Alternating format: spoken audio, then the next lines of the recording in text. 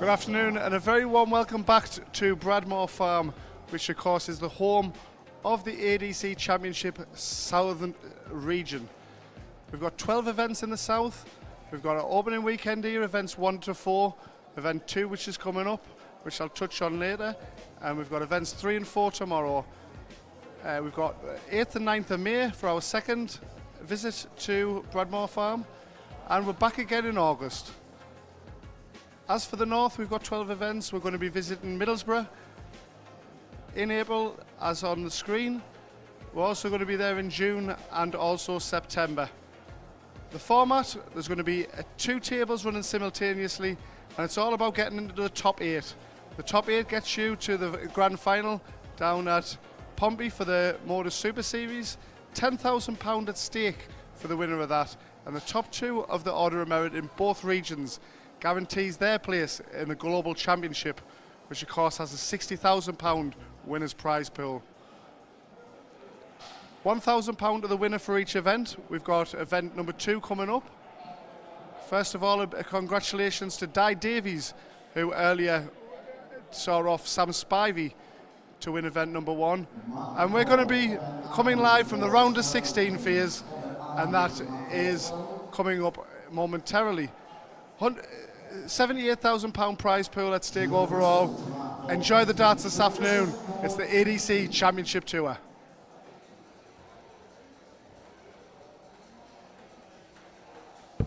$25. And you join us live here at the ADC Also 25. Winmau Championship Tour. We're about to start our last of 16 game. Michael Wiles versus Robbie Martin. Bullseye. Yes, thank you, AJ, and we're back for event number 2 and thrilling Outside. event number 1 it So was, Michael with the wins 4 the matches ball. that we streamed live. And this is the final match to get underway in the round of 16. A first look at Michael Wiles and Robbie Martin is all the talk around the country right now, isn't he? Yeah, he's had some excellent runs 59. in competitions, obviously getting into the semi-finals of the ADC Global Championships, just being pipped at the post there in the semi-final, but again, another great run here today, and hoping 100. to add another ADC Championship Tour title to his resume. Yeah, and speaking with Matt, the regional director for the South, and he was raving 85. about Robbie Martin and how much of a heavy scorer he is, how well he's doing for Dorset County, and how his game has progressed. And that's, again, like I say, what the ADC is all about, isn't it? It's about progression at every level. 92. Absolutely. We've seen Robbie playing some really good stuff of late. He was unfortunate at Q School, just couldn't really get going, but yeah, he seems to have found his step here today. Yeah, heavy 180 scorer, so we're looking forward to seeing plenty maximums here. And it's, again, first look at Michael Wiles, beaten in the second round of the event number 1. And he's having a good run at this, isn't he? So fair play to Michael for his run and his exposure now that he's getting on the live stream. That's what it's all about as well, isn't it? Getting 100. first opportunities to get it on the live stream for people as well. Absolutely. I mean, for anybody playing, this is where you want to be. You want to be at the business end of tournaments. You want to be showcasing your skills on the stream. 77. And, unlucky there for Robbie, but Michael Wiles now has to put a bit of pressure on this at 93 left.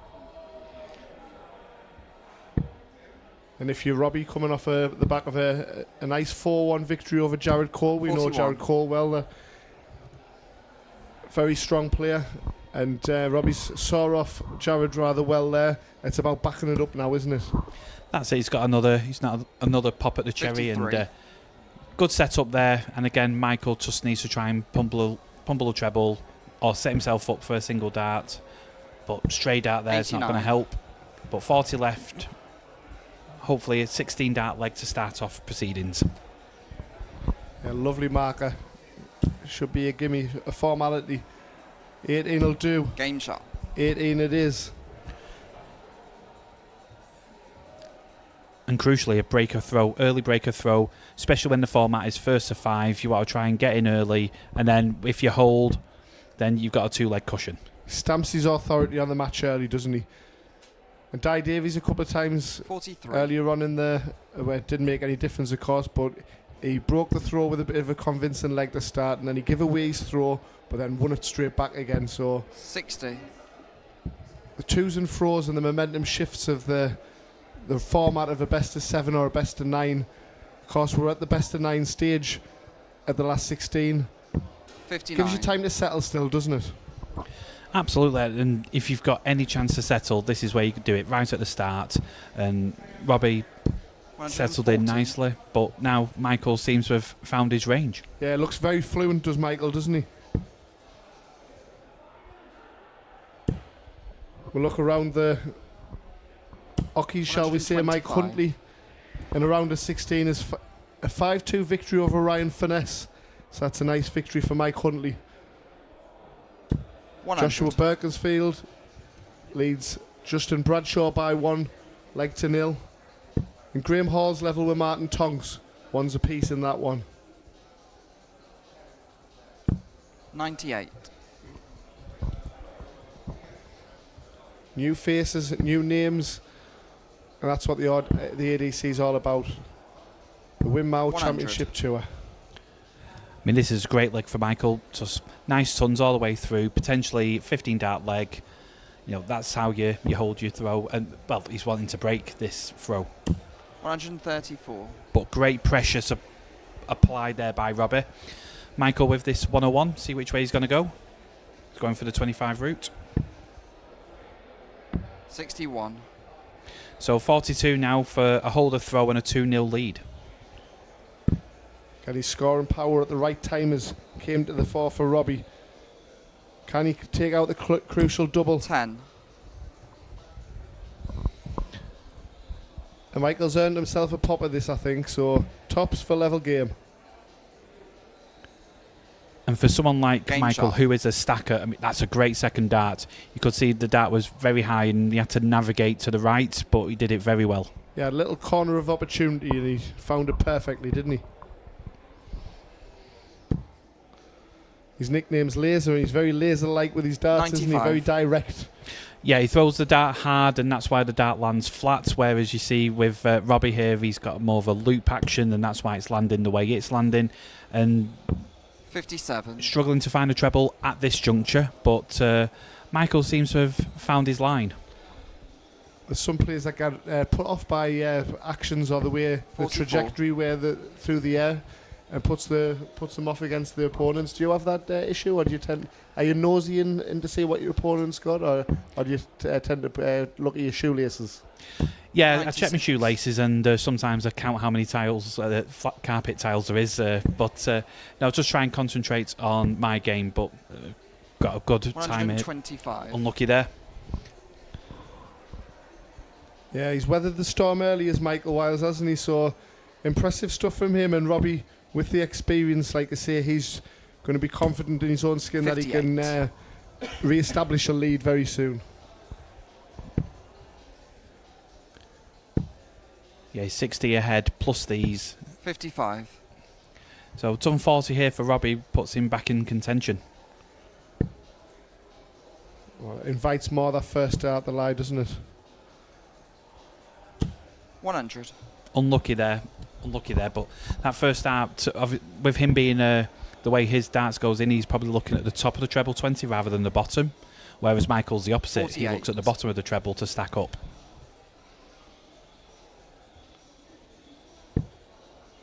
That's an inviting dart. Not able to capitalise on it. 100. Crucial last dart there. Puts him on 90, but 134 for Michael. A lot of people go the treble 18, 58. 2 double tops routes nowadays, don't they? Yeah, because you've got if you hit that treble 18, then you've got 2 darts at a bigger target, so you can see why the percentages are leaning towards that way. But a bullseye here for 2-1. 60. Some way off there, and you could see the reaction by Robbie. Not pleased. But simple 76, but there's nothing simple at this stage. But a lovely treble 20, double 8, sorry, double 4. 72. No. Both players missing opportunities with the last 2 legs. So will it be punished to re-establish his lead? Is it a friend or a foe? No Unable score. to capitalise, so Michael Wiles is back. for double two for an unexpected lead for the first time. Game shot. Brilliant dart, and he does lead for the first time. In a race to 5, he's 2-1 up. How will the informed Robbie Martin respond? 53. Talk about experience in county at Dorset. He's top of the overall Premier League stats and averages for the 95. Which is a best of 7 format in the county game, so he's used to that level. But I mean, one leg can make all the difference. But I think Robbie's got enough experience now where he's not panicking 60. yet. He's just trying to find his way on this treble 20, and then hopefully can kick in. Yeah, 90.48 overall to top the Premier League 45. county averages. That's impressive darts, isn't it?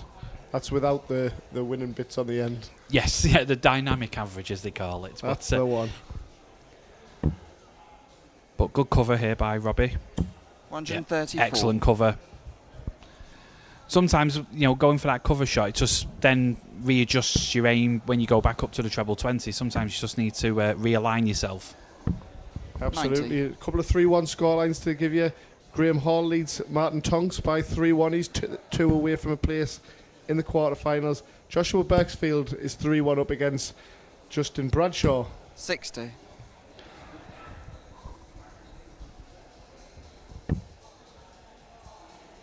So we reach the business end of the Winmau Championship 95. Southern event number 2. Yeah, it's been a cracking day of darts all round. I mean, you've seen some of the results, and almost a 9 darter, and one of them player went 7 darts deep into it, but fluffed his lines on the treble 19. But I mean, it's such a high standard, and you've got a lot of players here, and it's all about 75. timing, as we've said previously. But 1-3-4 checkout. Now, is he going to go for 18s, or is he looking elsewhere? He's looking elsewhere. He was looking at 19s, but I kind of like that route as well. But again, it's down to the individual, isn't it? It's everyone's preference. yeah, there's no right or wrong. It's what you prefer. And as well, sometimes just to mix it up, it's good to do that yourself as well, rather than be stale with it or let yourself get stale with it. Yes, I mean, looking into it, Robbie has 93. been struggling on the treble 20 a little bit, so going down for the 19s where he knows he's been hitting it. But double 10 now for parity, Game shot. Parity it is. and we're at Desmond. Yeah, so very little to split these two. We've had some close contests on and off the live stream, and this is another one that's going to go out the wire, 83. it seems. Yeah, there's not much in it with these two. Bit of a peak and trough, Yeah, momentum's 140. fluctuated, hasn't it, when Robbie Martin looked like he was going to establish a 2-1 advantage, and he missed his opportunity on the doubles. Wiles 140. pounced, and then he's been pegged back, so we're still on throw after all of that, and still all to play for both players. A fascinating match here in Aylesbury. 99. That's a great last start, just to keep him in contention, because Michael seems to have sped up a bit now. His action's going in nice and fluid. 98. Yeah, he's got a really confident action, hasn't he? It's very positive, everything about his throw, isn't it? May look at 18s here, and does. With great effect, wasn't it? 128. Yeah, that's great. Another great cover shot on the 19s and the 18s there. Great coverage. Rob Cross, Luke Littler-esque. Yes. Using all of the board. 60. More like Redden-esque when he goes for a treble 20 and hits a treble 18. I'm taking it, okay? 42.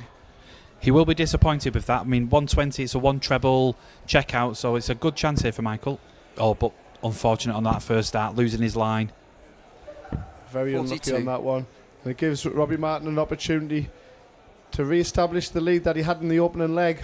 92 goes the traditional route. 16. Yeah. Or 2-8. Game And a shot. brilliant take. Brilliant way to go, 92 if it works. giving himself the percentage shot with a bullseye, and it was a nice marker for that if he was going to go for it, but didn't need it in the end. No, it's a great way of going for it, and I think he's just been struggling. As I say, he's been struggling. Now he's probably going to hit a 180. No, 177. But he seems to have lost his line on a treble 20, and I think that's why he was going for some different ways just to realign himself. But 55. now if he can kick on from this 177. He's on a 9 data. He's on a 9 data. Oh. Carl's commentary 140. cursed. Have you had a 9 yourself? In practice, and I came very close in a tournament once, missing a double. But 59. as I said, it's been a few attempts where they've had the two 180s, but I think Robbie's now looking at just stamping his authority on this game. He's ahead by 1. 100. He wants to try and change that into 2 and give himself a cushion, and then hopefully going into the next leg for the win. Yeah, he's sped up and he's gone through the gears. It's visible 45. to see that, isn't it? I was 7 into a 9, went treble 7, treble 14 and got the 10, and still only ended up with a 23 average.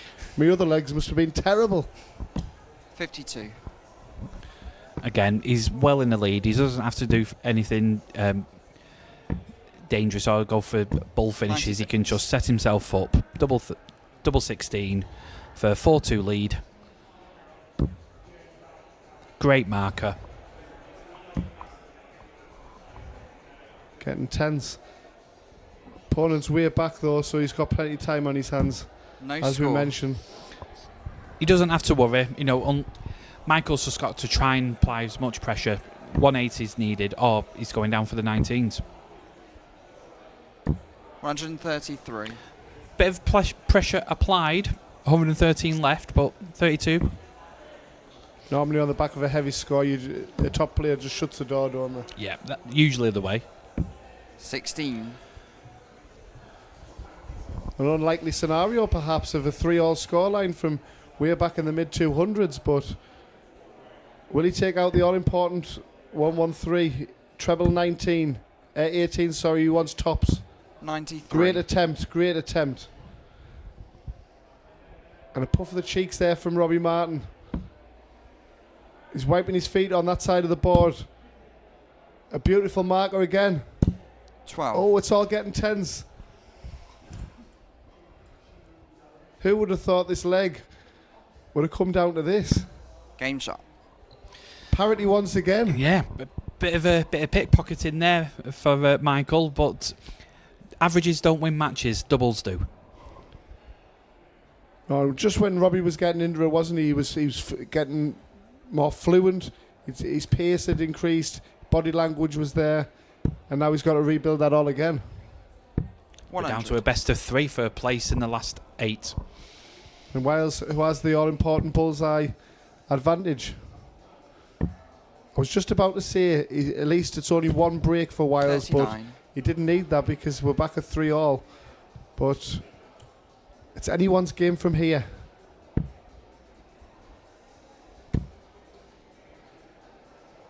The momentum you've got to feel has to be with Wales, because you've got to feel that inside, haven't you? Oh, when you've had a dominant leg and you've not won it, it's going to be... You have 100. to try and reset as quick as possible, whereas the person who's won the leg, in this case Michael, he's going to go, right, kick on, carry on, keep going. So, and you can see he's throwing confidently now. He's quickened the pace and he's getting more accurate on that treble 20. Yeah, another thing, you don't give a very good player like Wales any kind of opportunity to get back in the door, do you? Because he's then going to grow from that in terms of confidence, which he's doing. Absolutely. He's just looking at setting it up. If he hits, he might go down for 16 here to leave tops. I certainly wouldn't want to risk the treble 20, would you? No. I mean, the way his darts go, he'd be able to push up, but you just don't want to take that chance. 99. So to go ahead again, tops. It's unlucky there. Double 10. It's kind to him in the last leg, wasn't it? 20. Now, are we going to see a bit of a flip reverse here where Robbie can apply as much pressure as possible, and it's a good start? Oh, this is excellent pressure. 133. There's unbelievable drama here at Bradmoor Farm. Game shot. That's what usually happens. You hit a big score and then you get the door shut in your face. But now Robbie's got it all to do. He's got to hold this throw at least, and then he's got to try and break Michael in the last leg. He's more than capable. We've seen him apply his 57. trade in the Moda Super Series on multiple occasions in the ADC Global Championships. He's got the experience, but Michael's got the momentum. And what a run it was as well, wasn't it? 100. They got the semi-final of the Global Championships. He really has had an outstanding 2025, Robbie Martin. Yeah, definitely. And as we've alluded to, he's top of the averages in the 100. UKDA. He's having good spells on Challenge Tour. He's just throwing some really good darts. Like you say, Michael Wiles has 95. done very little wrong in terms of his match to lead 4-3. He's just been consistent throughout, hasn't he?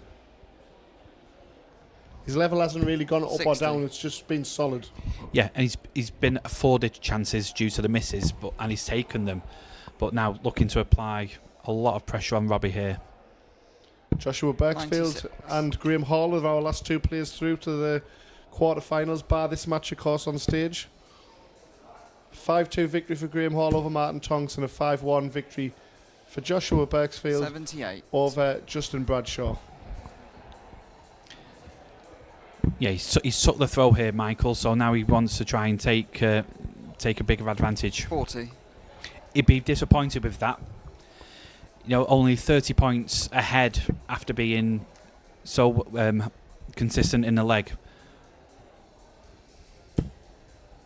100. He'd be disappointed with that ton way that first start laid, wouldn't he? Mm. And it still gives... You'd still fancy 6 starts for Wiles from here. But if Martin takes the leg, 60. you'd make him slight favourite on experience. I would say so, yes, but it's all about this throw now. And that's not a great dart, but treble 17 gets it for the bull. 81. Oh, he's unlucky there. But 110 for the match for Michael. Almost a happy accident, wasn't it? Tops for the win. 90. Great effort, great attempt. Not the way I would tend to go on 110, but it worked almost for him. That was very close to the 12, but doesn't matter where they land as long as he gets them. Double 4. Game shot. And we go into a last leg decider here of the last 16 of the Winmau Championship Tour South Edition Event 2. And it's Michael to throw. Best of luck, gents. It's been difficult to split the pair throughout. We've had momentum shifts, and it all comes 95. down to one leg. A battle for the £1,000 prize in event number 2. And someone who'll sleep a little bit easier on this fine Saturday night. 41. Every treble is like gold dust at this moment. When it's the last leg, he's just going, please hit one. But he's straight in so he can pile in the pressure. 100. I would be disappointed with that, but as you say, 1 in 3 ain't bad. It's on 306. Martin way behind, even after this short part of the game. But you can see he's chasing the trebles now. 58. I thought the song was 2 out of 3 ain't bad. At this stage, I think even Meatloaf would take 1. And hopefully it won't be a long-winded leg like one of Meatloaf's songs. 86. I don't think it will be, because both players know the clutch moment value of this leg. Someone's going to step up, and it looks like it's Wiles at the minute. That's been slightly the more consistent. 43. And that advantage of throw on the bullseye at the start proving crucial. Yeah, you kind of just saw the disappointment in Robbie on that treble. You could see that was his luck kind of thing. 80. He's got it all to do as Robbie's.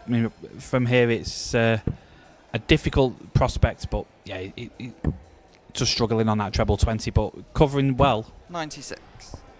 On a non-finish, whatever the scoreline with 359, so no pressure on this 140 here. Professional ton will do, but I'm sure he'll be eyes will light up if he did hit two trebles.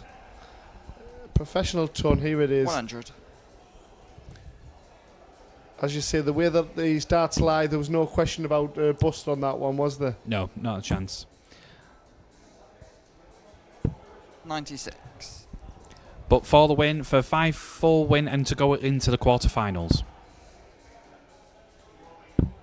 For the flat trajectory, that was an awkward dart, double 10. Game shot. Great match. dart, great win there by Michael. Magic from Michael. 5-4 victory. An impressive victory it is. The scalp of Robbie Martin in the round of 16. And we're going to have quarter-final action coming up shortly. We're just going to take a quick interview. We're going to start off with Graeme Hall, and then we're going to be back for a quarter-final match. Stay with us, folks.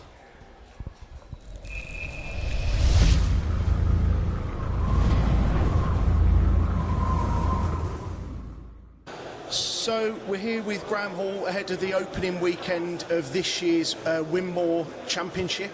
Graeme, how are you feeling going into this weekend? Yeah, feeling good, feeling confident, game's in a good place, so yeah. And last year obviously saw you take the main title in the grand final in Portsmouth. How special was that a win for your career? Yeah, it was a good win for me. The players that was in it, a lot of good players in it, and yeah, I feel my game's in a better place now than what it was back then, so hoping for a repeat this year. And we know that you've already been a PDC tour card holder, so you come with that kind of pedigree. How much, influence has ADC had on you trying to get back to that kind of level? Yeah, definitely. The ADC, the standard now, it's pretty much a challenge tour, if not as good as some games or as good as a pro tour. You know you've got to be on your game, and yeah. And with over 300 players here this weekend, does that make the task even harder? And, winning these tournaments, does it become that little bit more special? Yeah, I think you just got to pace yourself properly and hopefully get the right draws at the right time. And it's all timing, really, isn't it? So, yeah, just try and pace yourself. And what does the 2026 season look like for you? What are your sort of aims and goals? Definitely aims to get back to the Global Championship. I think I could do a little bit better there this year. Obviously the main objective for me is get my tour card back, but this is a very good stepping stone. This is the place to start, I suppose. And with so many opportunities now, north and south, will you be sort of, picking and choosing what events you want to go to? Yeah, I think I'll only be doing, what's this, the south, is it? Yes. Yeah, I think I'll just be doing the south myself and just concentrate on that and, yeah, focus on putting all my efforts into this and getting through that way. Well, all the best this weekend, Graeme. Thank you very much.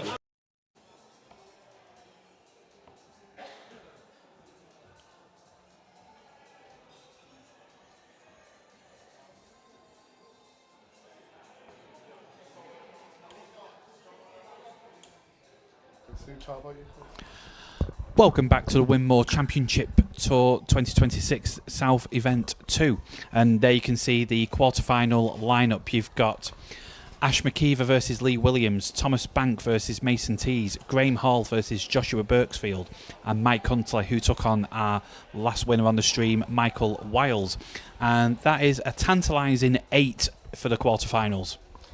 Yeah, absolutely there, AJ. When you look at the competitiveness throughout the tour, you've got 1 2-8 matches and 2 5-6 matches that could grace a final, haven't you? So it's whichever way you look at it, it's just quality throughout, isn't it? Yeah, at this level and with this field, any matches could have been a final easily. You look at it's the luck of the draw. But these two players are looking to be playing very well. We've seen Thomas Banks on the Moda Super Series multiple times. And Mason Teese, a very, very good player as well. Yeah, and I know Mason well through the JDC. And Thomas Banks, who's came through them ranks himself, hasn't he? Slightly more progressive in terms of his age. And he's developing nicely, isn't he, as a player? Yeah, I mean, this shows you the pathway from the JDC to the ADC to the PDC and any other TLAs or 3-lettered acronyms you can think of. Yeah, and Mason, who's just obviously came out of that with his maturity and age, shall we say. God, I feel old. You see some of these young players nowadays, and it's like the opportunities that they can get is amazing, considering where we started in our youth days, where it was either county or pub darts. That was pretty much it. But the grassroots 25. To the main stage is really there for everyone to see. Just with this also match 25. As an example. And Thomas Banks has certainly got the pedigree to win outside ADC events. And Mason Teese, like I say, stepping into 25 the and Mason wins the bull. adult scene more often now. He's World Open Youth Champion, beating Lex Passhauser in that final, who was, of course, the youngest JDC World Champion. 98. And this potentially can be a rapid fire game, so the marker best be ready. 100. Yeah, blinking, you missed this one. It's a race to 5, as in our latter stage matches of the 45. Winmau Championship Tour. But this one could be over in 5 minutes, even if it goes 5-4 like our last match. Yes. 134. So Mason, he's just been in the England squad alongside Archie Self, who we'll probably see tomorrow when he's finished the 125. motors. Ryan Branley and Jack Nangovic, so that's quite an England team. 100. Which, That is a quartet, definitely. But yeah, I mean, this one looks very poised. Thomas Banks on the 167 after 9, which is great 89. going. But great cover there for Mason. 167 on the way. Not yet. and Thomas will know the 97. danger of his opponent, so like I say, it'll be a professional job from Thomas to try and get the job done, one, and get his place in the semi-finals. 104. Great set there. But 70 for Thomas Banks. Double 8. 62. He's unlucky there, but tops now to hold his throw. 30. Unlucky there, so Thomas to pinch a Game leg shot. and does so. First opportunity he had, but he wasn't expecting a second look, was he? So he wasn't going to give that one up, was he? No, you cannot refuse the second bite of the cherry. 92. Early stages of our matches, we're still waiting on the match between Mike Huntley and 131. Michael Wiles as you expect to start. We're giving Michael a few puffs of the cheek before he starts. 137. So we'll keep tabs on the other 3 quarterfinals as they go on. But I think we've picked a belter here between Thomas Banks and Mason Teese. 96. It's got a nice pace to it. It's high scoring. 44. Commentator's curse again. We mentioned Mason 82. on the Advanced Tour last year. He was 7th overall on the Advanced Tour. Fine crop ahead of him on that, but he was a 4-time runner-up out of the 20 events. That's consistency for you. That is excellent consistency across the year. 68. It's great to see him featuring at the business end of the ADC Championship Tour. Double 14, double 7. 74. You've got to feel that this 1-2-4, even at this very early stage, has got to go. He needs to keep up with Thomas as much as possible, but that is not the great first start. 22. He's unlucky there. Maybe a rush of blood to the head. We've all had them, but double 7. He's unlucky there. So He smiles about it, which you've got to, haven't you? You can't let it get to you. But this is in Mason's wheelhouse indeed. Double 16 for a Game 102. fantastic check out there to make it 1-all. Never looked like Mason, did it? No, as soon as that treble 20 went in, you're like, the rest of this is formulaic for him. So 84. Yeah, and you look at results so far. Conor Levitt, 5-3 58. victory in the round previous. Nigel Gullen, 4-1 he beat. Calvin O'Keefe, 100. 4-3. So that was a close one early doors. So he's had a couple of 119. one-sided matches, or where he's had a bit of a breathing space, and he's had a tough one. 97.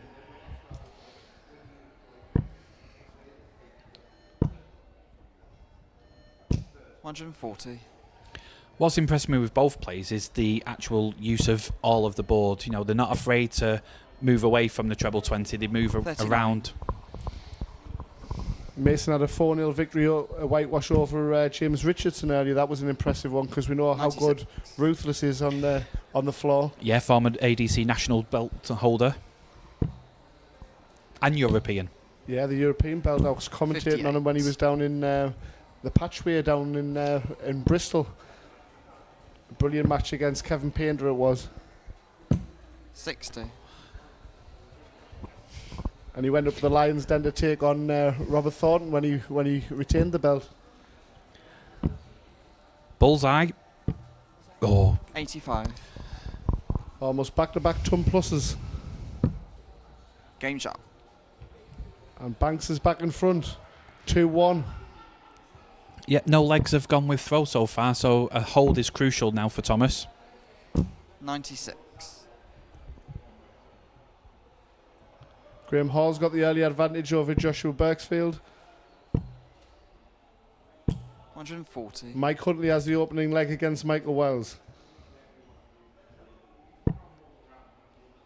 Talking to Mike Huntley last night, and another one who was originally at for the first few tournaments, travelling up and down the country. Great to see old faces again who are still 57. plying the trade in the ADC and loving every bit of it. That's it. They love the game, and have darts will travel. 81. And that's for a lot of the players. And let's have a right. I've said that wrong because Mike Huntley is not an old face. He doesn't get called 96. baby face for nothing. He's an old hand. Old hand. I retract my statement. 100. Yeah, but the pace of this game is suiting both players. You can see the high scoring. 96. Yeah, both fluent players, and there's no gamesmanship going on, which you don't really get nowadays, do you? It's all about sort of just the best player wins on the day and they shake hands because they know there's a tournament coming up tomorrow. Yeah, I think what was affectionately known as the dark arts of the game is pretty much being snubbed out, and it's great for the game 94. because you can just watch classic darts and you can just watch really great games. I still used to like the reruns of Peter Manley and Jackpot Adrian Lewis. 36. But yes, it is refreshing to see two players go at it and not have nothing. I know we keep talking over it, but the darts is doing the talking, not the shenanigans. Yeah, absolutely. Two quality operators at work here with a bright future 15. ahead of them. So this is a second bite of the cherry that he wasn't expecting, and Game shot. takes it, and that is the first breaker throw. Sorry, that's the first holder throw, should I say. It'll be interesting to see how Mason responds because, like I say, as a front runner today, he's been special, so it's going to take a lot to 38. get rid of this lead from Banks, isn't it? Because he looks like he's playing too well to give up a lead of 3-1 26. as he throws 26. Cheers for that, Thomas. And it's been well publicised, the struggles that Thomas has been going 71. through at the back end of last year, and but now, I mean, that action looks very fluent, very nice, and yeah, he 95. seems to have found his spark again. Yeah, it's difficult to watch when you see quality players that go through it. I mean, 60. I went through it for 6.5 years, even not at that level. But you do feel for players that are going through it 56. when they've got the future ahead of them, shall we say? Exactly, and there's a fair few youth players I've seen that have moments of this 70. hesitation, it's very difficult to watch. But some of these players now, because they're so strong-minded and they're so strong-willed, they're able to 58. work through it. Yeah, there's nothing wrong with his first start release is brilliant for Banks, isn't it? I think that's a big thing, isn't it? So 134. he seems to have things right, which is very pleasing to see. Is Mason doing a great job to get back to 3-2? 59. Hold throw necessary because 4-1 with a double break be too far back, you'd have thought. 112. Yeah, great setup. He didn't have to do anything dramatic. He just set himself up with Banks being far 93. behind in this leg. But, I mean, we say an easy double 8, but no doubles are easy in this game. Quick adjustment. Double 4. 12. Now a chance here for Thomas to break throw and go 4-1 ahead. Oh, wrong bed. Just on the wrong side of the wire. Joshua Birksfield leads 3-1 against 44. Justin Bradshaw, and Graeme Hall's 2-1 up against... Oh, hold on, sorry, I'm looking at the wrong... They've still got the last 16 match on my board here.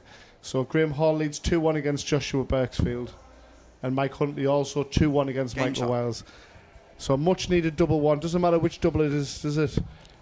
Nope, they all count, and if you can hit it to win a leg, doesn't matter which one. 48. They're all the same size. My favourite double. 134. Great response from Teese. Stansted man flying high. 135. We know Mason can go 12, 13, 14 and have 43. the game out of sight in no time, so...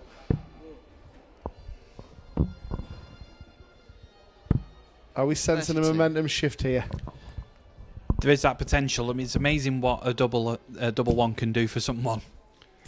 95. He just seems to be giving it a little bit more zip, does Mason Teese, and it seems to be working. Well, that's a bit of frustration of being 3-1 down, but 59. he's recovering slowly, isn't he? Yes, he's fighting his way through to come back into this match, 140. leaving 89 just after 12 darts, which is great going. And as we mentioned, and we'll touch on your academy shortly, 93. but it's you see the kids now when they chuck a bad leg or they chuck a bad score or miss a few darts at doubles, the next leg they're just realigned down. They're in the mindset 49. and they just go straight back at it as if nothing's happened, which is brilliant to see. But it's also credit to yourselves who were Double tops for 134. Game Oh, what a shot! taken out perfectly, Thomas Banks. And we just mentioned the different ways to go 1-3-4. We finally went the way that we said. That's great for the streaming. And you look at the averages there, there's nothing between it, but there is a 38. two-leg cushion now, and Thomas throwing to win the match.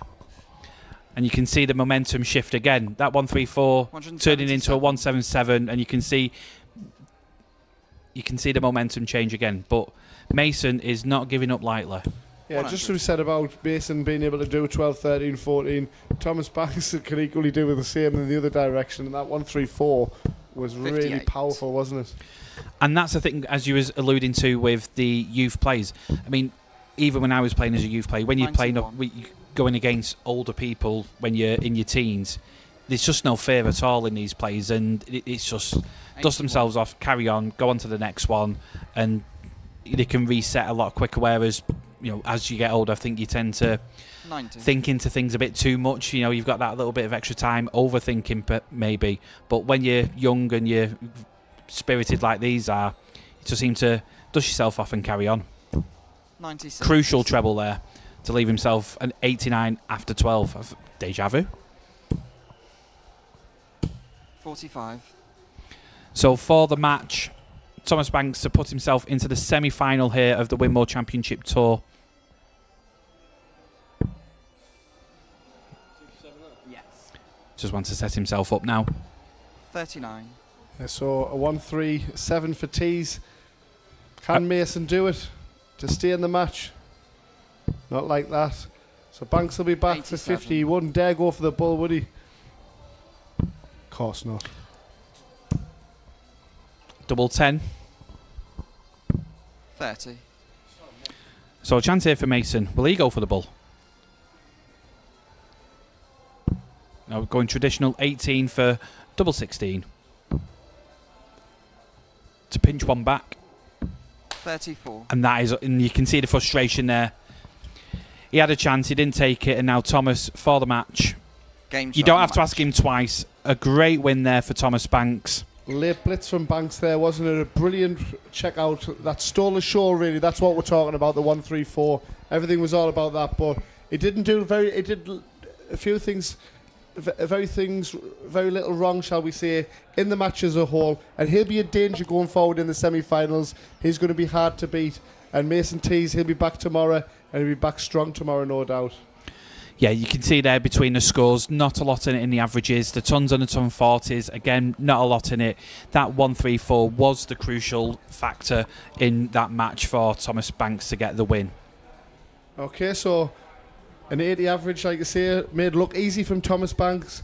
He's through to our semi-final. We've got one more interview with young Jackie boy, Jack Johnson, before our semi-final. And then, of course, we'll have the conclusion of our documentary for the ADC before the final. And then we will have our finale on what's been a super Saturday at the darts here in Aylesbury. Stay with us, folks.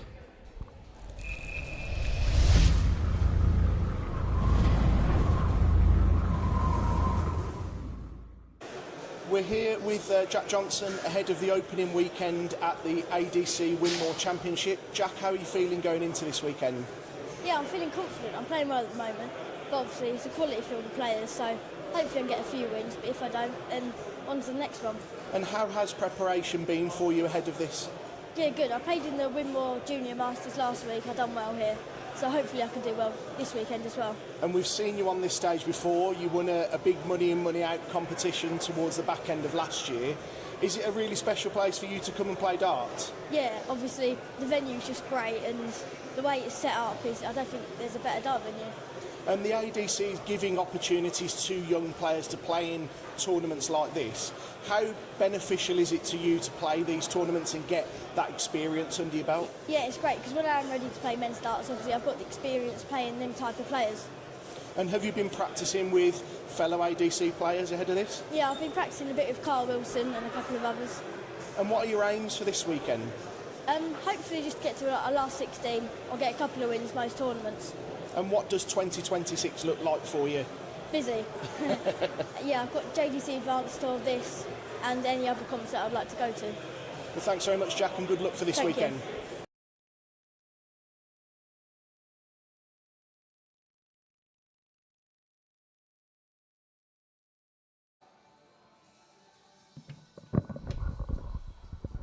Jackie boy with a great future ahead of him, and I'm sure he's still got plenty of life in his ADC Championship tour for the weekend on Sunday. AJ St Toff alongside me in the commentary box, and again thank you for your assistance today, dissecting our way through the tournament. Just want to touch on your recent work. Let us know about your work with the academies that you're doing. Yeah, I mean, since November, it's just been non-stop darts in my life, which I'm not going to complain about. I mean, being at the World Championships, doing coverage there, but the academies has been great. We started in November at the venue, the White Rose, and now we've got some 120 plus kids. We've got some of them playing in the JDC Foundation Tour this weekend, and one of our players, Jack, has gone through to the semi-final, and you know it's a great honour to see these kids plying their trade, and you know if we can be a little help along the way, then that's me happy. Yeah, and we talk about, obviously we give the kids credit in terms of how we say the window wipe after a visit or window wipe after missing doubles, but a lot of credit goes to the coaches as well, so hats off to yourself and your other assistants at the Yockey, because without that guidance you wouldn't get that, would you? Because they'd see certain players on telly and they think that that's the way like footballers do. And like I say, so your coaching's clearly sinking in, isn't it? Yeah, I mean, we try and build these players to be as professional as possible. For a lot of players, you know, as you say, they're having them reactions, big reactions to big scores and big checkouts, but sometimes it's better to do nothing at all. You know, to go in with that process of, I can do this all day. You know, so that really unnerves your opponent. So, and for us, you know, it's all about being as professional as possible. You're in tight, confined spaces, and you've got other games going on around you. It's just being about having that perspective of what you do affects others. Yeah, and we said earlier on, Sam Spivey, you wouldn't know whether he's hit a 45 or a 180, and sort of that kind of poker face. You know, it doesn't give your opponent anything to feed off, does it? So. Exactly, and you know, for us at the Pinnacle Darts Academy, you know, when we say coaching, we're not coaching people's throws. People's throws are people throws. You know, you've seen on TV many times people with unorthodox throws, but for us, I mean, they're still playing in world events. So, and the kids' bodies are going to be changing multiple times throughout their career. You know, whether they get taller or, you know, physical changes. So to be trying to change their throws, we don't think is really the best way forward. To do that through practice, you do that through dedication, doing the right things at the right times, and trying to mimic as much as you can in these match situations. Yeah, and of course that's busy with in regards to the with the kids. So are you travelling yourself for the ADC vaults, or is it on your doorstep? Luckily. At the moment, so my evenings is academy based, so I can't play in as many vaults as I used to. But no, I still enjoy playing darts, and coming to these weekends, you know, for me is what darts is all about. Been to Q School, had a challenge tour, wasn't really happy with the way I performed there, but today won a few matches. It's now getting back into tournament prep. I mean, was playing county last year, should I say, and it's a different format. You know, there's a lot of travel for a best of 7, whereas this year play and you can play well, but can you do it again? Can you do it again? Can you do it again? It's a different mindset. It's a different type of darts. And, for me, it's just getting back onto that wheel as much as possible and hopefully getting into the business end of tournaments like I used to. Yeah, well, we've got a Super Sunday at the darts to look forward to. Events number 3 and 4, of course, coming up, which we'll touch on before our final. We might not have AJ's company in the box if he has a good run tomorrow. Well, best of luck. Unless I can commentate on my own game, that'd be something interesting. A lot of people do. So, semi-final lineup is now complete. We've got Lee Williams and Thomas Banks, who we've just saw on our stream. A fine victory over Mason Teese at 1-3-4. I'm going to be dreaming about that all night.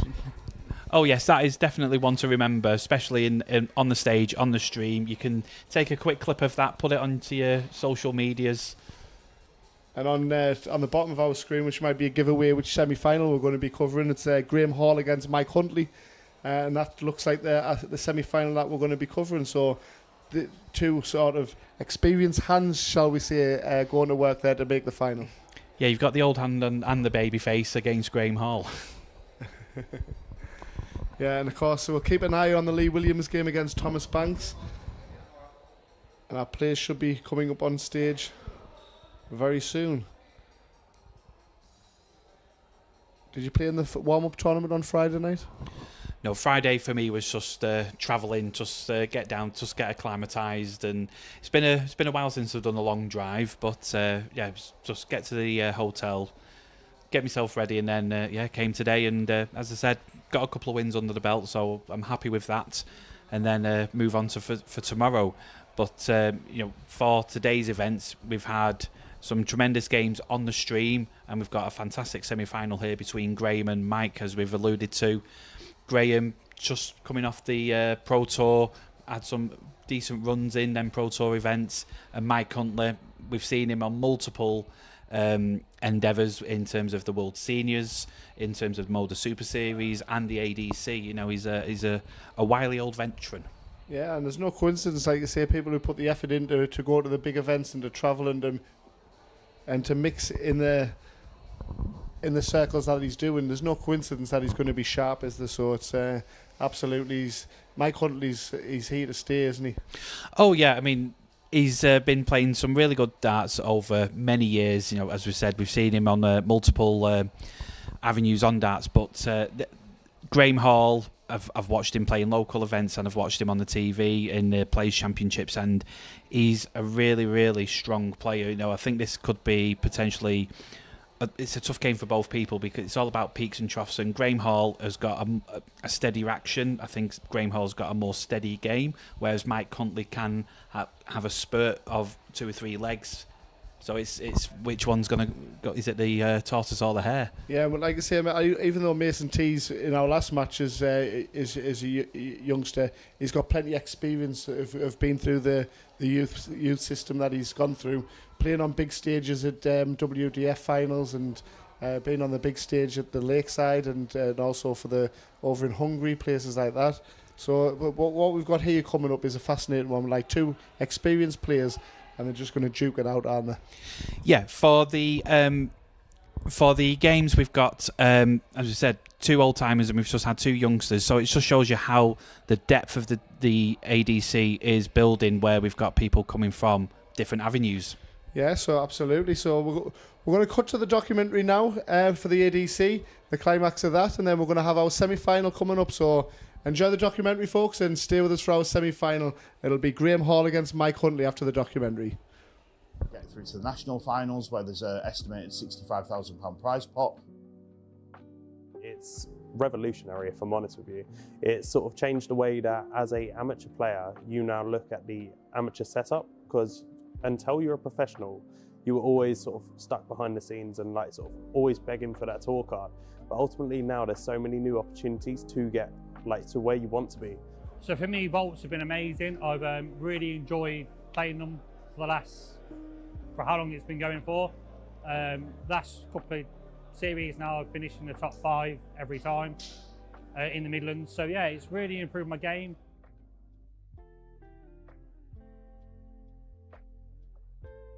So So the vaults, obviously the women can enter the vaults. They become a member of the ADC to enter those vaults. In the top 4 from each region, each series will qualify for finals weekend as well. So again, it's a fast format. It gives them a chance to sort of play amongst the men, improve the game, and just get that practice in as well. And now we've also got the ADC Winmau World Championship Tour.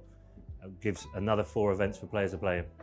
Other events alongside it, like open doubles, and obviously the series events for the vault finals as well will be included in there. So it's bringing it on. We had almost 800 players playing the last vaults, and obviously we want to increase that again this time around. You'll be playing on perfect, pristine boards, a level playing field, and again, it's giving you that experience to take your next step and start competing at the highest level.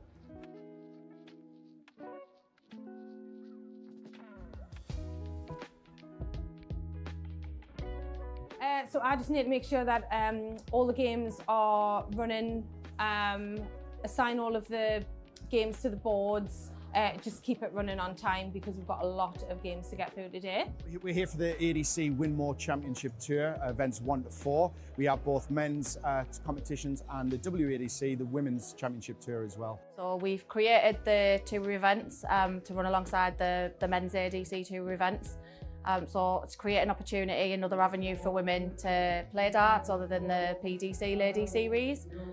So it's a good stepping stone. We also do ladies singles leagues, which is the Red Dragon singles leagues. So it's creating opportunities for women who can't travel anywhere as well, because they can go down the local and play in these leagues there. I came here when they first started the ADC, before actually the WADC came here. And we were looking at it and then spoke to Jane at the time because they used to have little knockouts. And I just thought, what a wonderful venue. And, you know, the staff is absolutely fantastic as well.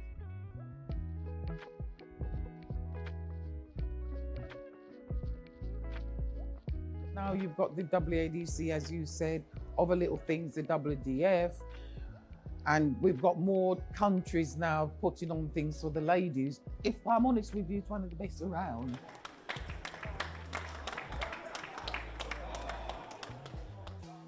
You're given the opportunity to these people who didn't have them before to go and compete at the best level possible, and ultimately the level's rising. Like, they are getting a lot better as well. There's no longer a gap in the standard. It's very much they can beat us, we can beat them, and it's very tough to play against. And as well as that, with the youth, you can see it with the JDC, the Junior Darts Corporation.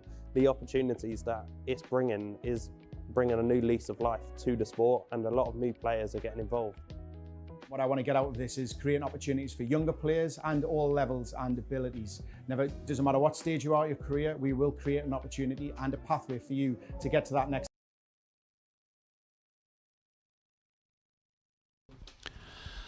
Welcome back here to Bradmoor Farm for this next game, which is Graeme Hall versus Mike Huntley. From that documentary, as we said, the ADC seems to be the land of opportunity, whether it be male, female, youngsters breaking into the senior ranks, different abilities. It just seems to be that these opportunities are plenty for any player of any ability. Yes, welcome back, folks, and absolutely hit the nail on the head there, AJ. Like you say, it's not just about the top of the tree and the players that are going to be duking it out for the top 8. It's all about seeing the progression and the determination that's going on around the boards, isn't it, throughout the day. And it's the disappointment that people get from losing. You can see that they feel it, they wear the hearts on the sleeve, but it's respectful. And you can see that the drive and the motivation that they want to get to where they want to be in their own personal journey. Yes. And we've got two people who are on different journeys. You've got Mike Huntley, who is probably one of the busier people in darts, has darts, will travel, goes to all the events, whether it be up north, down south, and everywhere in between. And Graeme Hall, as we said earlier, former PDC Pro Tour card holder, but playing his trade back in the ADC. I remember watching him first time round in some of the events in Bristol way back when, and you could see that potential, and he's still got it in bucketfuls. Yeah, like you say, Graeme Hall floor play when he got his tour card with Q School, and it was UK Open. I think he got to the 4th round. Yep. As a qualifier, and that was round about the same time, wasn't it? Sort of the January and it might have been sort of the 9 month after that, in fact.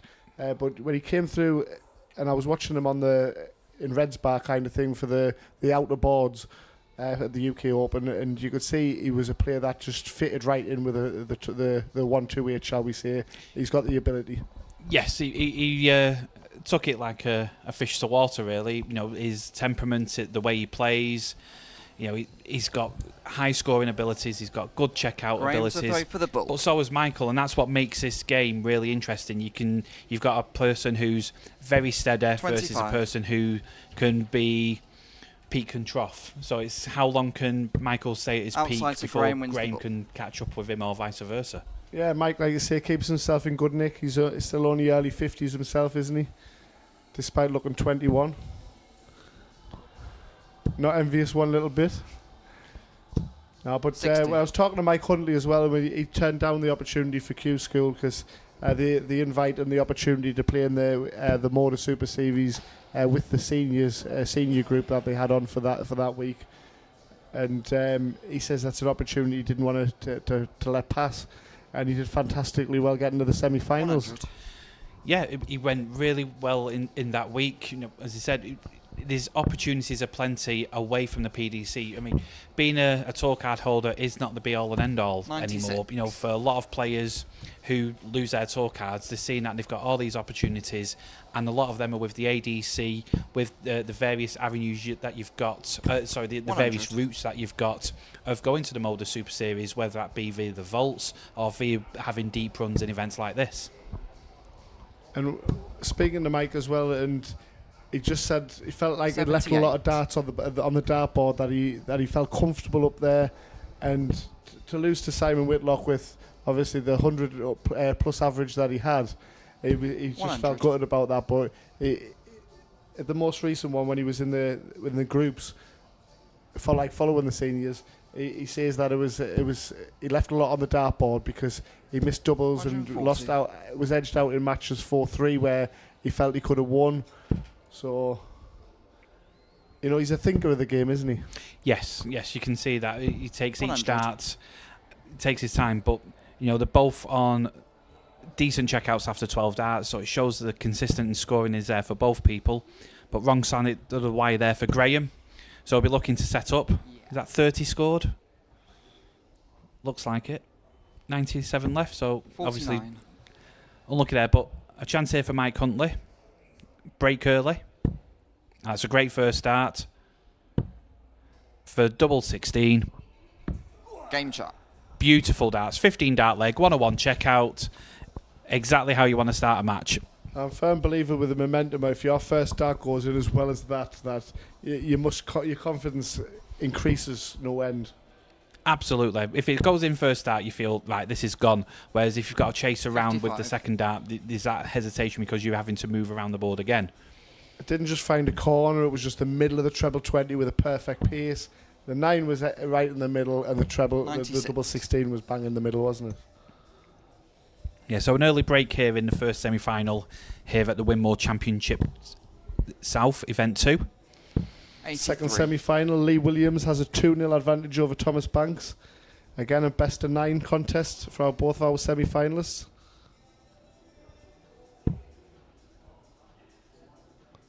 $135. And with Graeme Hall, when he had his tour card, the back end of that, he was talking about trying to make Euro Tour events, and he was doing that towards the end, wasn't he? Yeah, it's kind of towards the end, unfortunately, where it might have been a bit too late, but he gained massive experience with playing on big stages across Europe, and you can see that, you know, for him, 60. A board is a board. It doesn't matter if it's on the floor, on the stage, in the attic, wherever. He just feels comfortable 7'9¼ away from a dartboard. I was talking to him last night after the warm-up event, and the game he lost, he felt he didn't do nothing wrong. His opponent's timing was brilliant with some ton plus checkouts, and he says that's what's happened to him a lot at the moment. Yeah, sometimes when 85. your form might not be great or you're still playing well, but you're finding more ways of losing. It just seems to be that it doesn't matter what you try. Sometimes it just happens. That's darts. It can be a cruel mistress at times. When you're going well, it's the best thing in the world. But when all of a sudden it can drag the rug away from under your feet and you're left wondering why anything happens. But 1-2-5 here, but looking to set up now.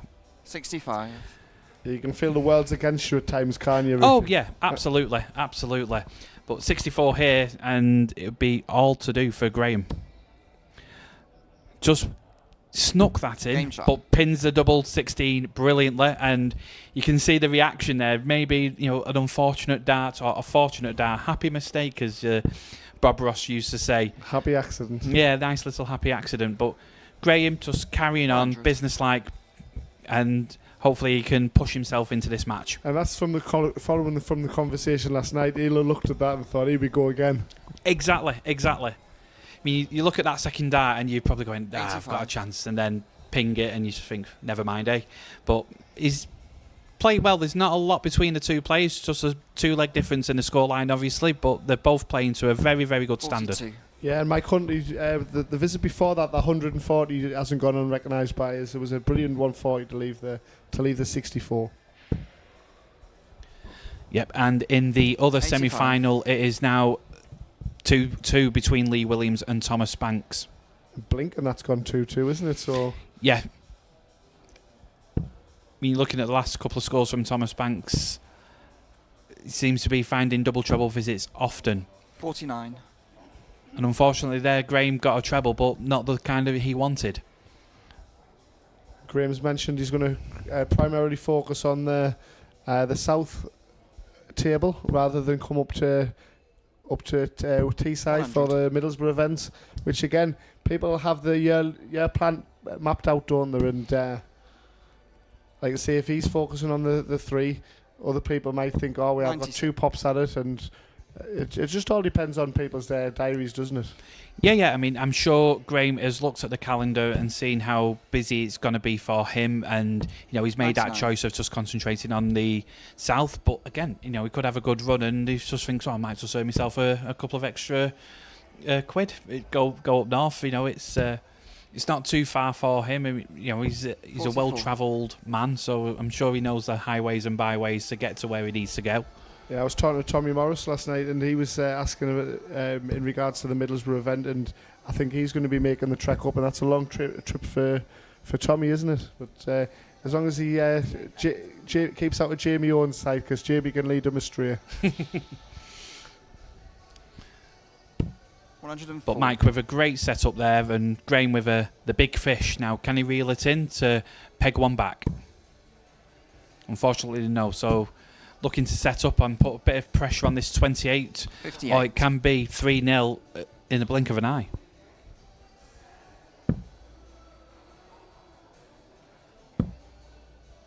It's unlucky there. 21. A reprieve for Graeme Hall. You feel this has to go because Mike Huntley, even though it's a tricky 7, usually tidies up these if he gets the chance, but opportunity now for 2-1. And a brilliant take. That's a professional take, isn't it? Yeah, and you can see the reaction. It's like, where was that for the first 2 legs? But no, he's brought one back, but now he's got to try and break the Mike Huntley throw to bring it back to 2-all. But in the other semi-final, Thomas Banks now leads. So he was 2-0 down, and he's 3-2 up.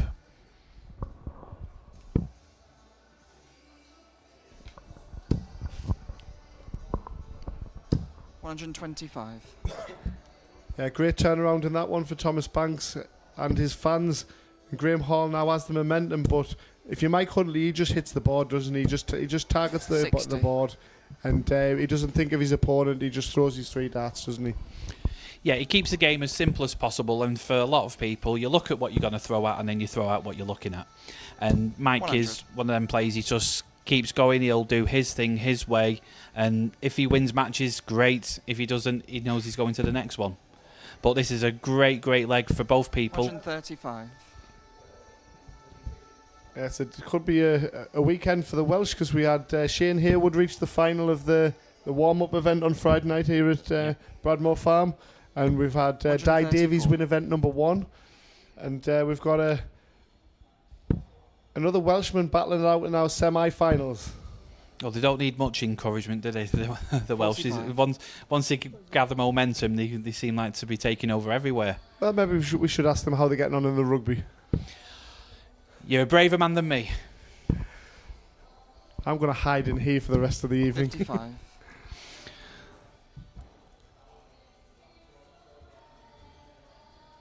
So 136. He's got an opportunity at it. 96. Bit of a outward frustration there by Mike, but he's leaving himself top, so this has to go if he wants to make it 2-2. So 20 for Bull, or double 5. 82. Push that one. You could see he put a bit more effort into that one, but tops here for Mike Huntley to put back a 2-leg cushion. Wayward. But double 16's been nice to him. 24. Bit of a blip, maybe. More misstarts, more momentum shifts. So it's Graeme Hall who comes back for 5. Madhouse for a mad leg. 3.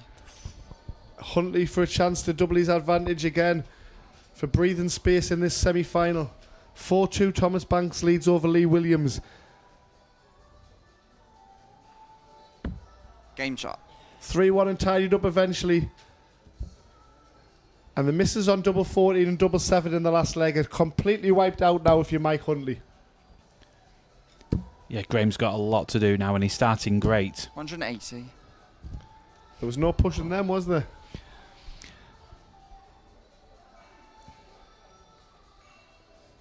So easy to rush that last start when you hit that treble 20 though, isn't it, on the double 5? And then you stand back 85. and sometimes if you miss then you should have just carried on the momentum, so you can't win really, can you? Yeah, the great thing with this game is there's no rights or wrongs. How people do their routines is completely different and it's just what 97. they do.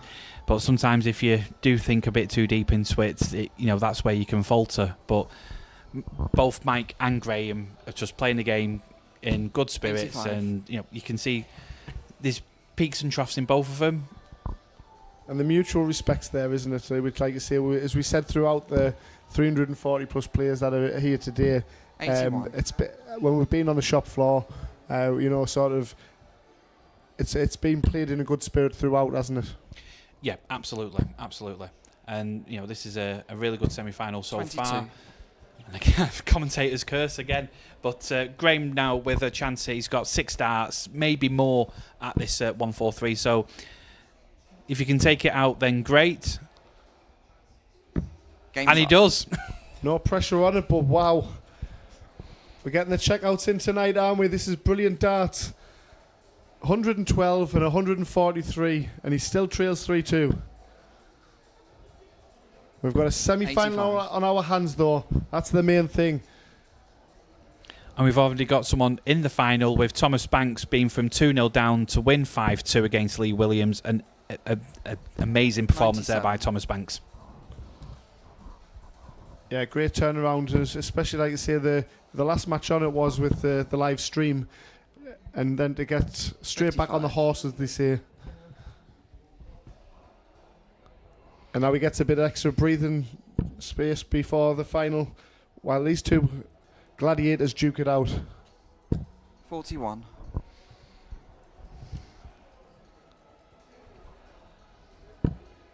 It's fascinating when you go to the Pro Tour events and the matches where they play one 95. match in a night, and you ask the questions asked, will you be watching the match to see who you're going to be playing, or will you be going back to tuck yourself up in bed? And some people like to know who they're playing and stay back and watch, and some people like to just get their head down, don't they?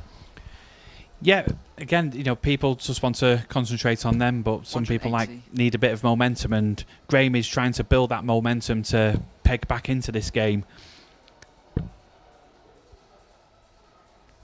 45. He'll be looking to set himself up for potential 15 dart leg. I mean, you're looking at 6 darts from this position of 183.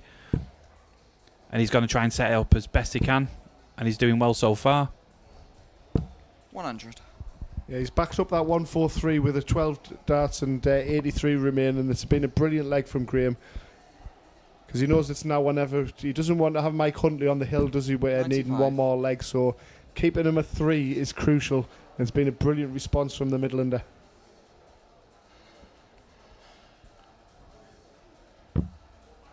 Great dart for double 16. Game shot. Oh, beautiful check out there. 2 darter, not messing about. It's a best of 3 for a place in the final.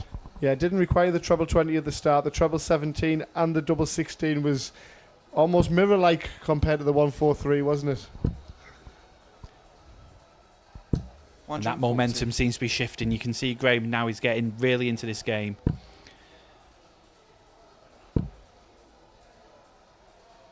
$60. And for the bingo card, he's unlucky for more there. 3 well-thrown darts, but all on the top wire. And sometimes, you're looking and you're going, how has that not gotten in? But sometimes it happens. Yeah, and while we're on the theme of bingo, we don't get many 550 scored, do we? So I'm going to go 6. Oh.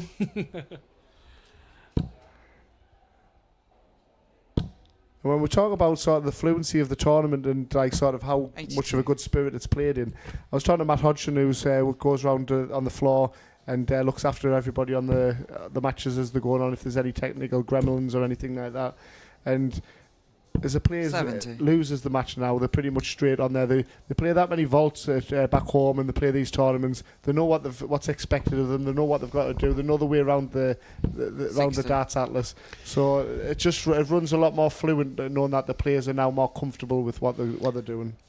Yeah, the expectations are there now, as we said, with the ADC running mainly on darts, running on darts atlas full stop. 60. Whereas in the BDO, they've started changing, I say the BDO, the WDF, they started changing into tablets, but we've been using tablets from the get-go in the ADC, and as you say, if you're doing the vaults on a regular basis, if you go into open events on a regular basis, Darts Atlas is there, people know how to use it, and if you don't know how to use it, there's people there that know how to use it and can help you, and I think that's the difference, is a lot of people out there want to make the best out of everybody. Yeah, and of course, no one wants a ban, do there? And of course, there's people who whether you finish bottom of your group in some of the vaults 93. And they just disappear, or it can be done accidental, I suppose. But when people know what they've got to do, they've got to do it, because if not, no one wants to be staying in on a night, do they? Because they can't play vaults. Exactly. Or ADC weekends. 100. But it was a great cover shot by Graeme there to leave himself 58 to go into the lead for the first time. He's really turned this around brilliant, hasn't he, Graeme Hall? Bumper in. Game perfect. And he's in the lead for the first time. Yeah, double 16's been not a problem, and double top executed brilliantly as well. One away from a place in the final for a Thomas Banks Graeme Hall final, but Mike Huntley 60. is battle hardened and he'll have other ideas. Oh, he wants to throw a spanner into the works here, but Graeme, as you can see, is just building up that momentum, and now the power scoring's coming into his own. 180. A great 180 there, piling the pressure on that 60 from Mike Huntley. Yeah, steely-eyed we said about Mike Huntley earlier on, but Graeme Hall has certainly got the bit between his teeth, hasn't he? It's a good reply to the 180 there. Yeah, following the 60 was very good, wasn't it, from Huntley? Fascinating semi-final at 76. Crucial last start there. I think if that was a single 20, Mike Huntley would have fancied his chances from this point forward, but still got it all to do. Needs another treble at least, and gets it. Leaves himself with 161 after 9. Graeme looking to put as much pressure on this 161 as possible, and doing so. 81. Yeah, be happy with that though, won't you? Oh, sorry, I'm looking at the wrong score. It's been a long day.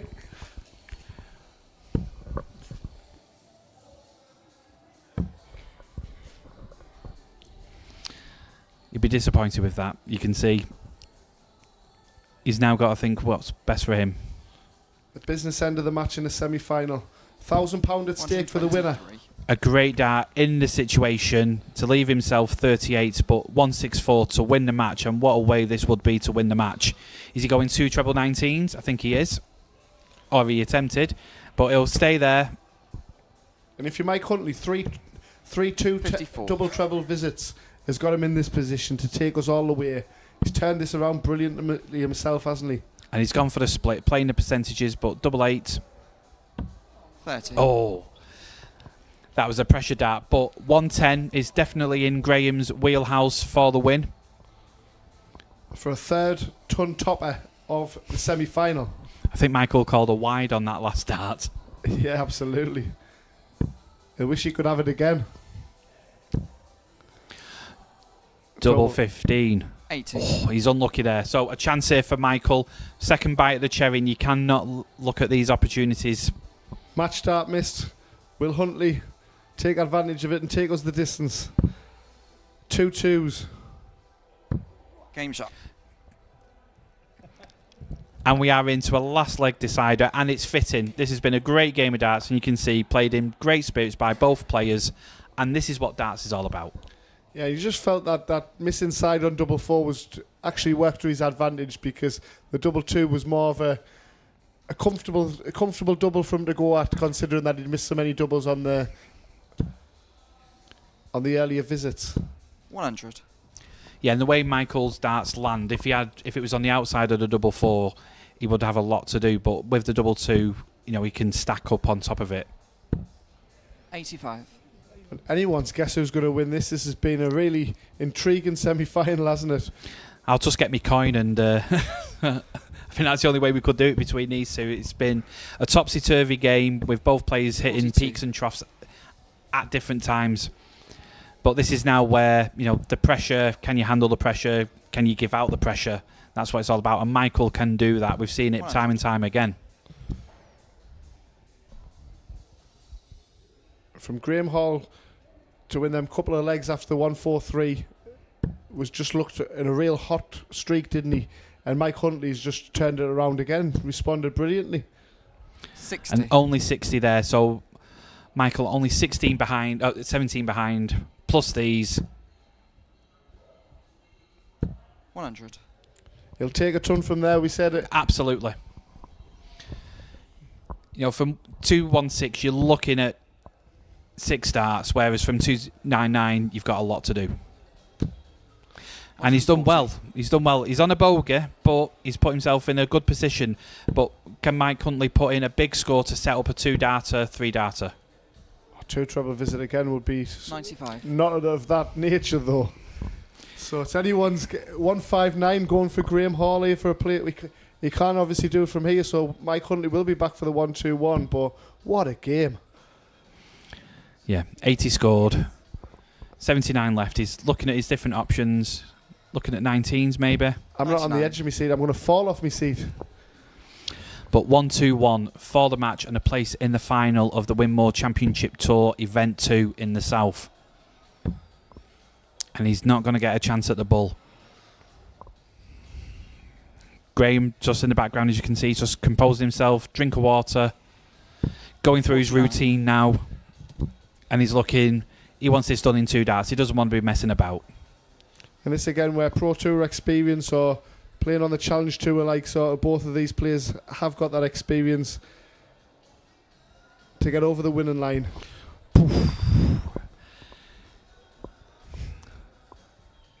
Mike's turn to be bemused behind 2 10s. 40. I think he put himself off with that first start because it was that near the treble 20 and he could have easily have busted. And, I think he just took a little bit too long and going for the double. But 72 here. So is he going 20 for double 16? He is. Double 16 for the match. 56. Nearly called him Huntley Houdini. You might call that another wide. There we go. So double 10 for a great win from behind. Game shot. And gets it. Graeme. What a semi-final that was, AJ Hansen Toft. And you can see the 2 players there. The average is Graeme Hall 87.95, Mike Huntley 81.98. not a lot in it, but the game was more about timing more than anything else. The ton plus scores from Mike Huntley, 14 ton pluses, 3 140s, but you can see the finishing and the first 9 average there by Graeme gave him them opportunities to win the match, and he did so. Yeah, 3 maximums to 0 for Graeme Hall. 87, again, he missed plenty of doubles, so in his head that he's in a good position going into that final, isn't he? Because he knows his scoring's in the right place. Yeah, and it's going to be a very interesting final between Graeme Hall and Thomas Banks. But before that, we've got our documentary. But there is confirmation of the ladder, as it were, and the final of Thomas Banks, Graeme Hall, with Thomas Banks winning 5-2 over Lee Williams, and as you just saw, Graeme Hall winning 5-4 over Mike Huntley. So over to the documentary and stay with me and AJ for the final. Stay with us, folks. Do not go anywhere. Get through to the national finals where there's an estimated £65,000 prize pot. It's revolutionary, if I'm honest with you. It's sort of changed the way that as a amateur player, you now look at the amateur setup, because until you're a professional, you were always sort of stuck behind the scenes and like sort of always begging for that tour card. But ultimately now there's so many new opportunities to get like to where you want to be. So for me, vaults have been amazing. I've really enjoyed playing them for how long it's been going for. Last couple of series now I've finished in the top 5 every time in the Midlands. So yeah, it's really improved my game.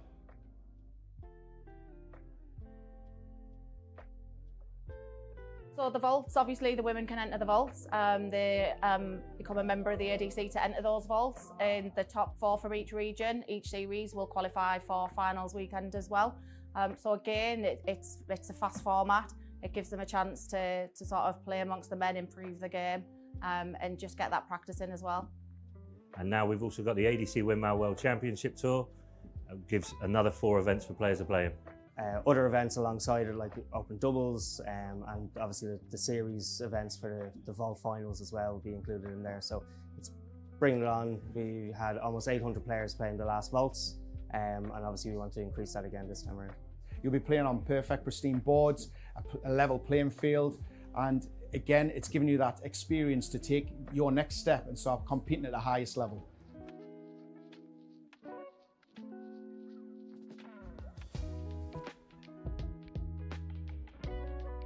So I just need to make sure that all the games are running, assign all of the games to the boards, just keep it running on time because we've got a lot of games to get through today. We're here for the ADC Winmau Championship Tour, events 1 to 4. We have both men's competitions and the WADC, the Women's Championship Tour as well. So we've created the tour events to run alongside the men's ADC tour events. So to create an opportunity, another avenue for women to play darts other than the PDC Lady Series. So it's a good stepping stone. We also do ladies singles leagues, which is the Red Dragon singles leagues. So it's creating opportunities for women who can't travel anywhere as well, because they can go down the local and play in these leagues there. I came here when they first started the ADC, before actually the late WADC came here. And we were looking at it and then spoke to Jane at the time because they used to have little knockouts. And I just thought, what a wonderful venue. And, you know, the staff is absolutely fantastic as well.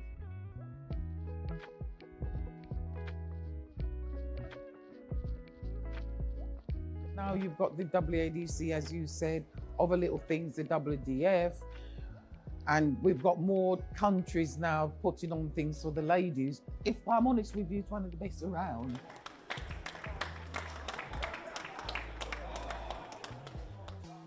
You're given the opportunity to these people who didn't have them before to go and compete at the best level possible, and ultimately the level's rising. Like, they are getting a lot better as well. There's no longer a gap in the standard. It's very much they can beat us, we can beat them, and it's very tough to play against. And as well as that, with the youth, you can see it with the JDC, the Junior Darts Corporation.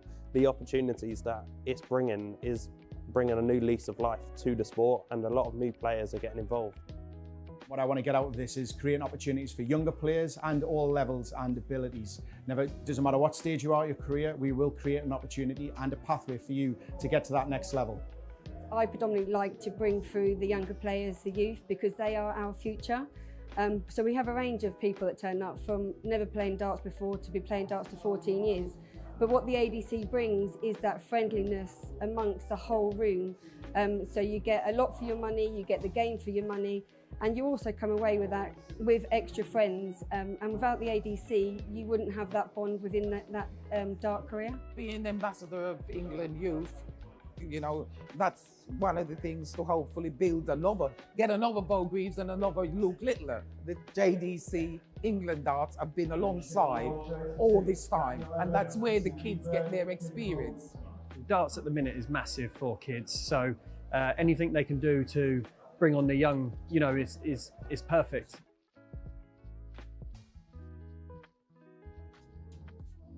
I want to create opportunities for the players, bring opportunities closer to home, and build that ladder up to the professional status. We want to cover all abilities. So the opportunities that the ADC have given us are absolutely phenomenal, because you wouldn't get that in the general competitions around our area.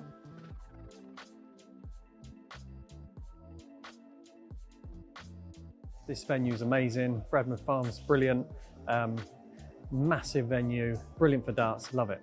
I mean, lots of great names here, so it's going to be a tough one to win, but you know, give it my best and stand every chance. I want to win them. There isn't, for me, I just want to keep trying to win as many as possible, and then just try and keep progressing and get my averages up a little bit more. But yeah, my aim is to just try and get into the money if I can, and just keep on improving and just take my game to the next level. It's improved mine massively.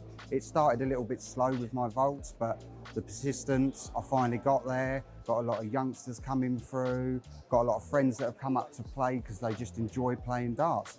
And it's helping everybody bring their game up and enjoy the game. As I said today, I'm rebuilding my career. I've always been a decent player, but I've just not been consistent enough. But now I've got to build that consistency, and the only way to do that is by going to these events.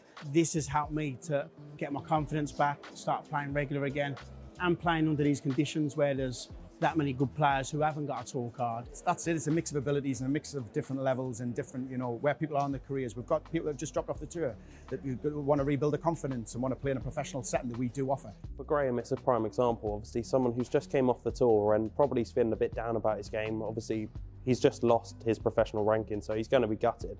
But now he's got the opportunity to sort of build back up again. And these sort of tours are the perfect place for you to do that.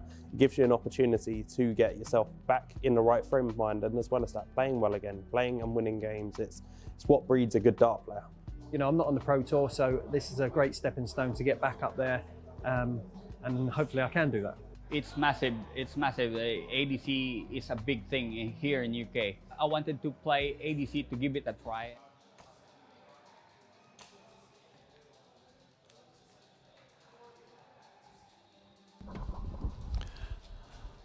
Welcome back to Bradmoor Farm for the ADC Winmau Championship Tour Event 2 final between Graeme Hall and Mike Huntley.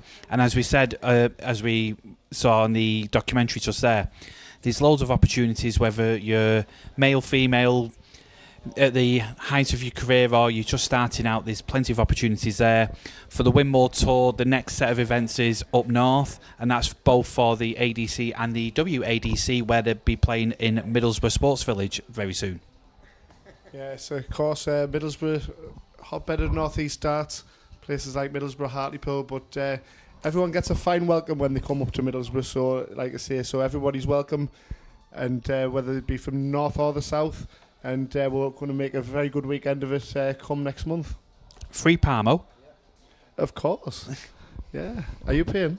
I'll give it a go, yeah. Have darts will travel. Oh, I'll have the free Parmo then. No, it's a fantastic place to play. 256 players it's going to be capped off at Middlesbrough. So get in fast if you... Because you know that the places are going to fill up when we've seen the 340 that have been this weekend. Yeah, it just shows you how much the ADC has grown over the years, where you're having tournaments capped at 128, now 256, and now it's open here at Bradmoor Farm. But it just shows you that if you build it, they will come. Yeah, absolutely. Like I say, we've reiterated so many times how much of an impressive venue it is, the best I've ever seen.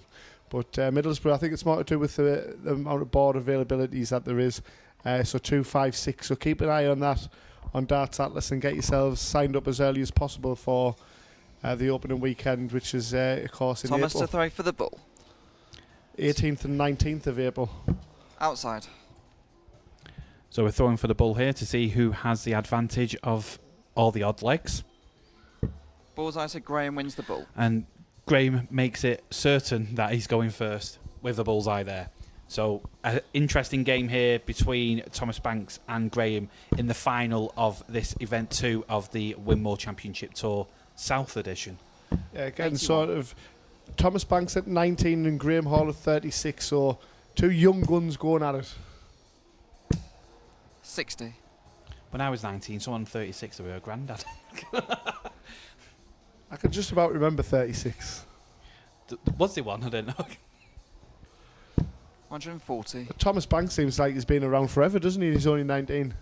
That's the thing, and that's the thing the youth have got a massive advantage 57. of, is that they've been playing in high pressure darts and they've played all over the world with, whether it be with the WDF or playing for England or playing in the JDC World Cup events. 80.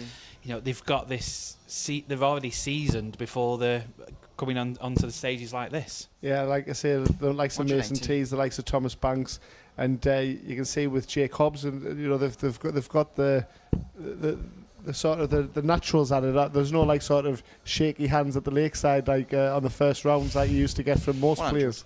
I remember Anthony Fleet very well. I remember that game between him and Martin Adams. Yeah, good day, mate. Yes. Well, it wasn't a good day for him, but these two, 12 darts in, they're both on potential 2 darters. This is exactly what you want in a final. Maybe tops. Nope. 60. Set up, but 64 now for Thomas to break early in this final. And he's got a great chance. Double 4. 60. So a hold here, and a crucial hold potentially here for Graeme Hall, because the way Thomas Banks had a chance of challenging the leg, a bumper in. Game shot. Yeah, he used that dart brilliantly. So going with flow, as we say. Yeah, he didn't miss any darts at a double in that opening leg, Graeme Hall, but he knew 99. that he wasn't going to give his opponent the opportunity to come back after 2 missed darts on the 64, was he? Exactly. You do not give Thomas Banks a second bite at the cherry. And with Graeme Hall, you think since that 143, he's just mindset's shifted as if to say, right, I'm now going to take this ADC Championship tour by the scruff of the neck. Yeah, that was his lock-in moment. That was his thing. Was like, I'm locked in now. I'm up for this. And Thomas Banks being 2-0 down in his semi-final to bring it back to level and then winning every leg afterwards just shows you his strength and determination in the game as well. And it was fairly rapid time because we were obviously just watching that on the Darts Atlas, but it swiftly went from 0-2 with a turn of foot to 5-2, wasn't it? Yeah. You feel that with both these players, once they lock in, it's very hard for them to get out of that situation. But no, they're both throwing good darts.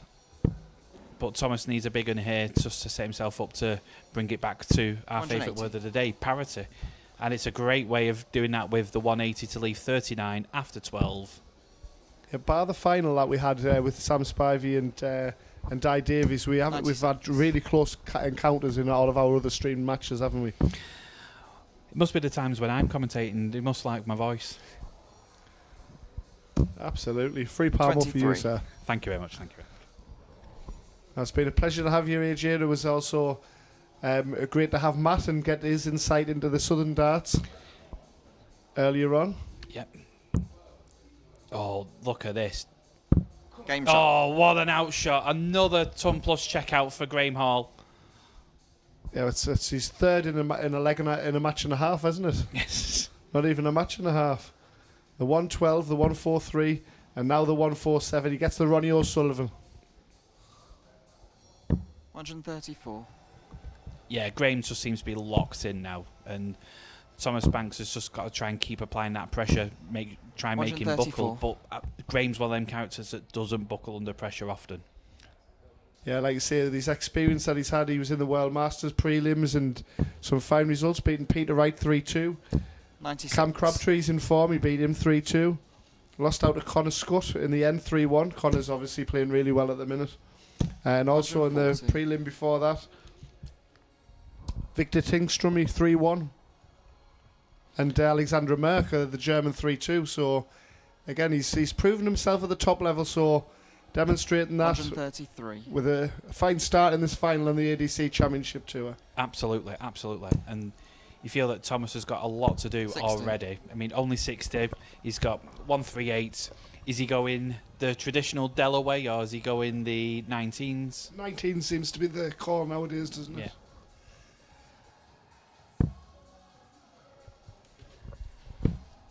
So just looking to set up. 98. And the commentator's curse, he goes the 18s route. Of course he does. Of course he does. 45. And Graeme with tops here to go 3-0 up in a first of 5 would be crucial. And this is what you want as a dart player. You want a chance to go hold, break, hold. Game shot. And does so. Yeah, dominating stuff so far, isn't it, from Graeme Hall? He's 2 away from being the second event winner of the South region. 44.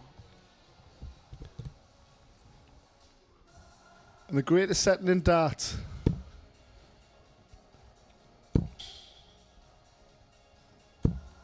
$140. And if you're Thomas Banks as well, you feel tomorrow's another day, don't you? So you're going to be confident in a final run. But yeah, you're through to the final. You know, for a lot of players, they'd be happy with going into the final, and then going into the next day, you're going to try and take that momentum with you. It's easy said than done, but the way that Graeme is just throwing at the moment, he's throwing freely, and you can see 134. Thomas Banks is putting as much pressure as he can on him, but I don't think Graeme's feeling it. Well, like I say, winning breeds winning, but at the same time, it's hard to then get yourself back up in the same breath to 100. To the energy that it does take out of you, whether that be physical and mental. So for someone to go back to back, that's going to take a lot as well. 59. So it'll be interesting to see how these two finalists perform tomorrow. Graeme's got experience of that with playing in these Pro Tour events where they're back to back, and you know it's high pressure darts. Whereas for Thomas, you know, he's still a young man. He's still got a lot to 59. learn. He's playing well. I'm not putting anything against Thomas. He's thrown some really good darts today, and 99. he's more than ready to go again. Yeah, like I say, there's they could play 24/7, couldn't they? These the repetition, the replication that they have. Game Yeah, shot. they make extraordinary look ordinary, and that is an amazing 14 dart leg. 4-0 up. He's throwing now to win the title, and he's got all the confidence in the world. It's strange how we say how we've had so many tight matches and we could potentially have 2 whitewashes in 70. our final, but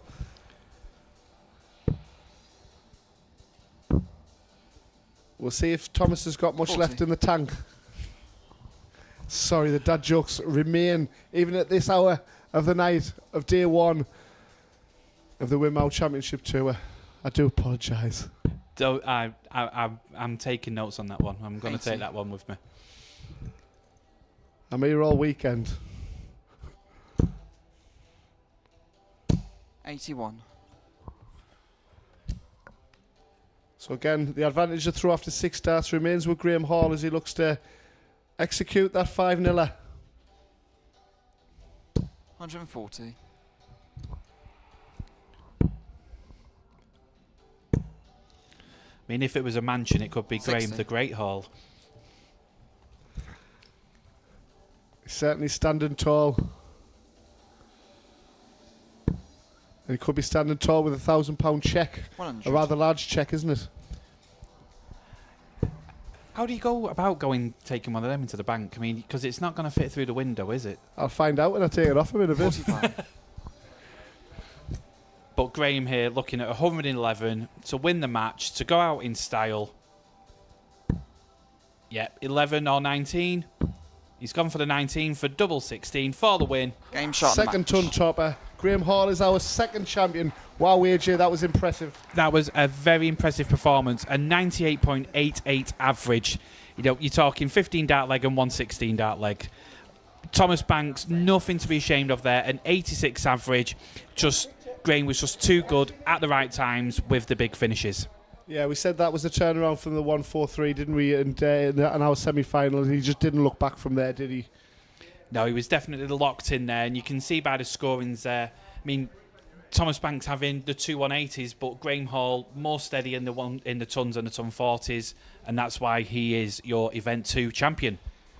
Thank you, AJ. I'm just going to pop onto the stage to interview the winner, so I'll leave you with AJ for a few minutes, and once the photography proceedings are over, I'll get a quick chat with Graeme. Stay with us, folks.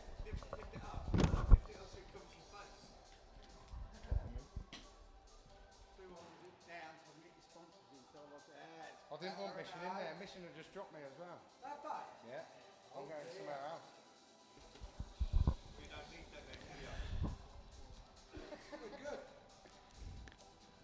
So a tremendous win there by Graeme Hall. 5-0 win in the final, winning Event 2 of your Winmau Championship Tour here at Bradmoor Farm.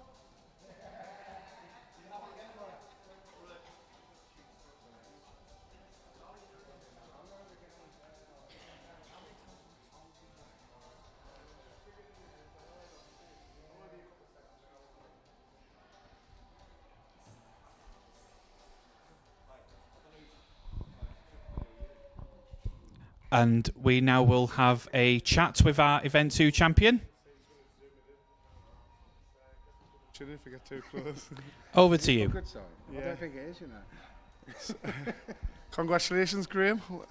Event 2 winner. £1,000 bag of sandwicher. Are you going to buy us a pint?